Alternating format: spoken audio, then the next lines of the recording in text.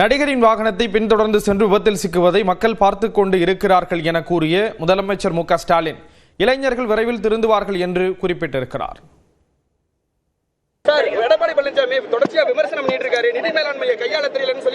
அது தோல்வியினுடைய உச்சத்துக்கு போயிட்டார் அவரு. அதனால விரக்தியில பேசுறாரு. அதை பத்தி கவலைப்படுறாங்க. பாஜகவுல வந்து பல்வேறு தரப்பினர் வந்துட்டு இருக்காங்க. பாஜகவோட விமர்சனம், பாஜகவோட வந்து பிரச்சாரம் ஈடுபடுமா தமிழ்நாட்டில்? எத்தனை பேர் வந்தாலும் மதசார்பற்ற முற்போக்கு கூட்டணி திமுக தலைமையில் அமைஞ்சிருக்கக்கூடிய மதசார்பு முற்போக்கு கூட்டணியை வெல்ல முடியாது. என்ன வேணா பண்ணட்டும், இதோட இன்னும் பண்ண போறாங்க. பண்ணட்டும், அதை பத்தி நான் கவலைப்படல. யார் வந்தாலும் நாங்க கவலைப்படல. நான் இங்க வேலையை பார்த்துட்டு இருக்கோம். இப்ப இருக்கிற சூழ்நிலை பார்த்தா இந்த தொகுதியில் இன்னைக்கு வந்த மக்கள் தந்த எழுச்சியை பார்த்தா 234 வந்துடும் போல இருக்கு.